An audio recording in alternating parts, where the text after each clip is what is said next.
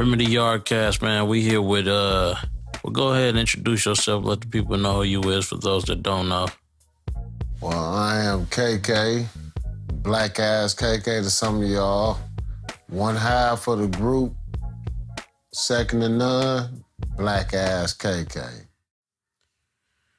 So, we touching pretty much catching up from the last podcast we did. I want to go more in depth though and give people the second to none story from the source. This segment of the podcast, I like to call it Bridging the Gap because it bridges the gap from y'all generation, like the original generation over here on the West Coast, to our generation and beyond. And it's getting the history straight from the source. So, where was you born? Well, I was born in Lynwood, California. It's a little adjacent to Compton, right next door. St. Francis Hospital, 71. For most people, that was originally Compton, on the east side of Compton. It was Rancho Dominguez Hospital, and it was St. Francis. More or less going towards the west side, you ran into Martin Luther King. It used to be a doctor's office right there by the Compton Airport across the street on the laundry. They had little one-level office spaces, but it was a doctor's office over there. I don't know if he had a couple of births over there during the 70s or late 60s, but stories of it. But the main hospital, I was born in St. Francis, Lynwood, 71. And we had Dominguez Hospital where Lil K, rest in peace, was born in 77. And I think my sister, just for family purposes, I think she was born at St. Francis as well in Lynwood. But I was born in Lynwood, raised in Compton all my life. So born in Lynwood is just like born in Compton. Same shit. What would you say your upbringing was like? Like, was it family oriented or let's just go down the timeline. So, being early, yeah, definitely family orientated. It's generational from the grandparents to the parents to us or me as a child. Our grandmother had churches and stuff. She was a big, what I would call, we called her Big Mama. That was the name I grew up knowing to call my grandmother Big Mama. Family oriented, always something to do, but that was most of the case in L.A. County, Compton, Watts area, Lynwood, Huntington Park, all Paramount, Gardena. Well, Gardena not as much back then in the 70s, the early 70s. But family. Always eating, always laughing, joking, running outside, playing, walking the miles just to go see shit and play, ride the bikes. I mean, the 70s and shit. Wasn't too much shit cracking black on black out in the city, mostly in the urban areas like that. So it was more freedom as a child. It wasn't too much to worry about, so that upbringing was kind of free for being born in 71 and raised in the early 70s in Compton on the east side. It was like being born into freedom and freedom of fun and wasn't too many soups going around and none of that shit. We didn't even know what that was. To even hear, but I don't even remember hearing gunshots and shit like that.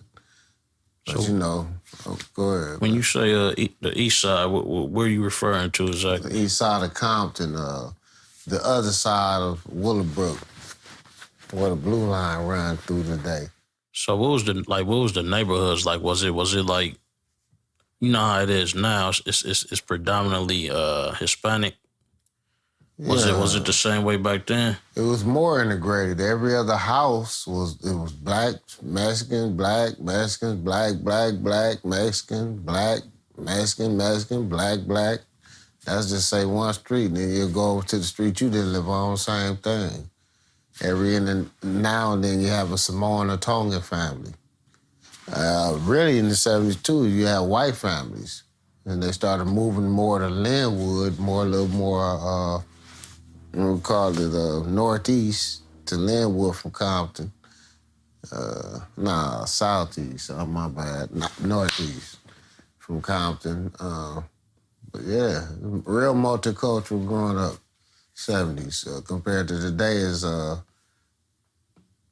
more of the Mexicans and, state land.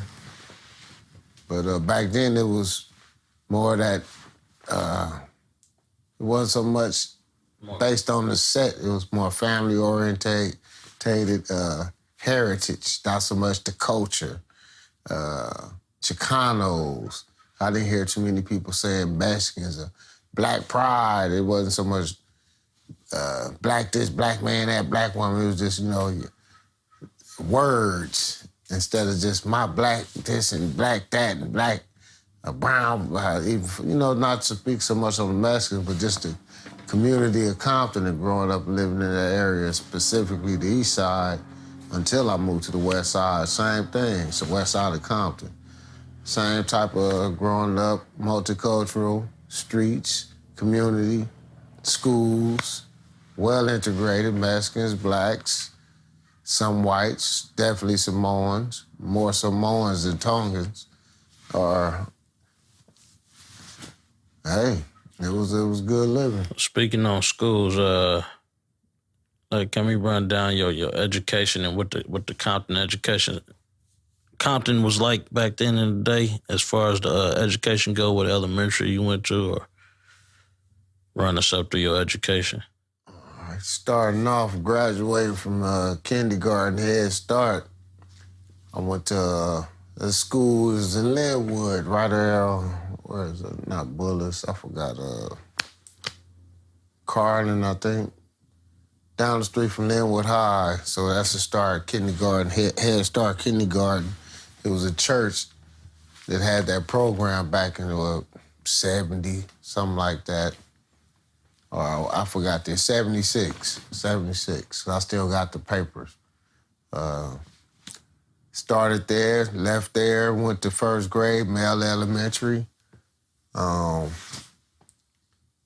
first grade to second grade from Male Elementary. Went to Kelly Elementary in the second grade.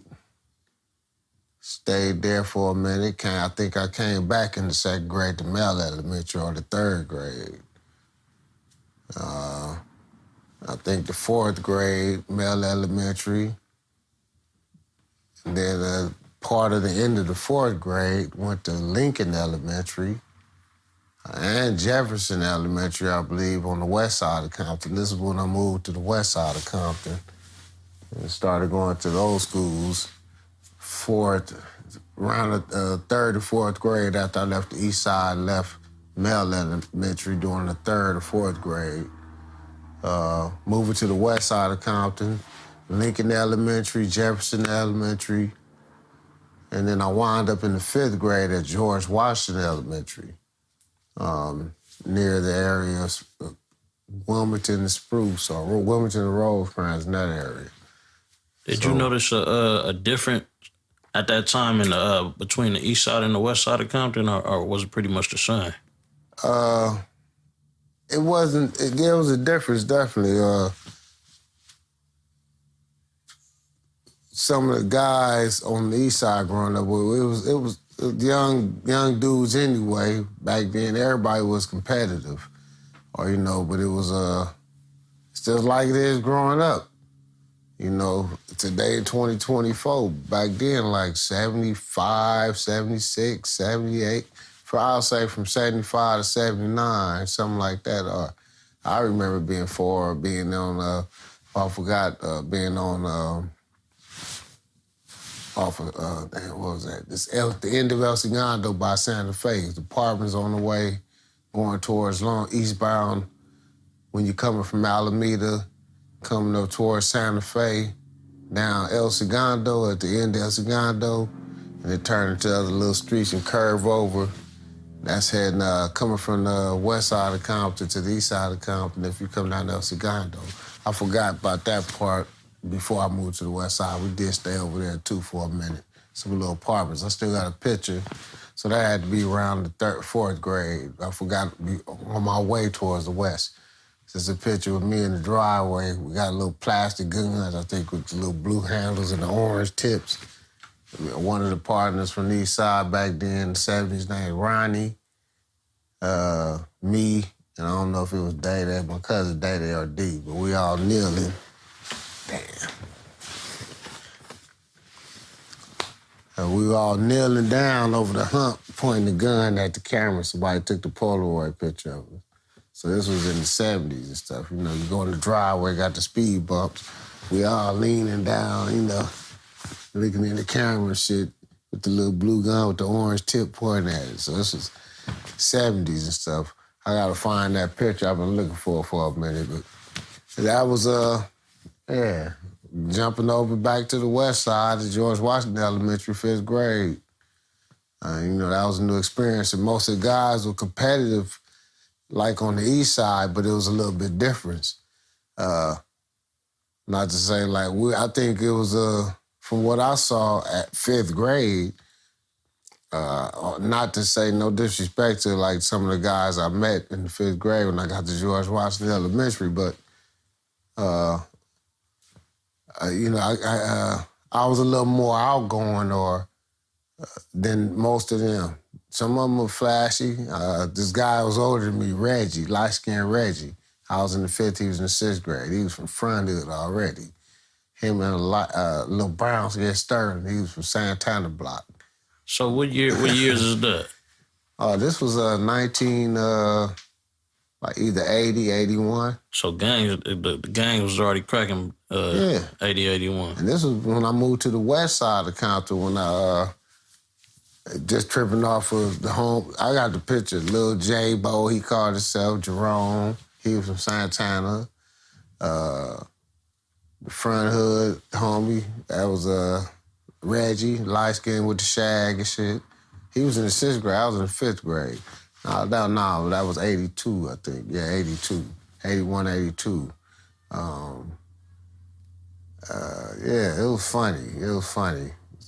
Fruit towns, treetops. I met a few people that's still alive today, 5th grade when I first moved there. But the difference, man, it was just funny. I guess during that time, we used the word today, I had a little more heart. I wasn't scared not to be bad too much, but to go against the grain a little bit. So, you know, I think my first day of school at George Washington, it was lunchtime. For those who went to George Washington Elementary, they remember Miss Tisdale. She was old. She didn't have a little stick or a ruler. It had George Washington had a line. You couldn't cross that line because it was a driveway that's leading down Kemp, going towards Rosecrans, going southbound back towards Rosecrans. I stayed across Rosecrans on Spruce Street, 1 block south of Rosecrans. So, you know, but the gate was open, the cafeteria right here, and the line the playground over here, the gate to go out for the trucks to come in, for the cafeteria and all that. You know, we playing basketball and all that. It was getting close to lunchtime. They wasn't ready. So some of my friends from back then remember they're still alive today. Females too. Everybody's like, ooh, you better not cross that line. I'm like, well, for why? Why? You know? Because you're going to get in trouble. Old Miss Tisdale, she like chasing everybody. She was chasing some, you know, she was old. They'd be bothering, messing with her. She was old, you know, thin, brown skin, chasing the kids and shit. Y'all get over there and stay over there by the benches. Stay on the playground. So while she was dipping to the other side, I'm like, shit, I got some peanut butter and jelly and shit at the house. I'm finna go home and eat lunch. I'll be back. Everybody like, shit, you gonna get in trouble. I'm like, shit, I'm finna go home and eat. So I look, Miss Tisdale was cracking over there by the playground, so I just eased on off. The little lunch truck came in, loading up for the cafeteria. I just started bailing out the gate, eased on out. a few niggas back then, we wasn't nigging each other too much, but a few of them was like looking back too, like, damn, ain't nobody said nothing. These motherfuckers started coming with me and shit. That was my first introduction to, gaining friends on the west side of Compton. And that was elementary, you said? Elementary school, That's 5th crazy. grade, like 80, after 81, 82, something like that. So I graduated 6th grade, 83, so it had to be 81, 82. Most of them cats still alive,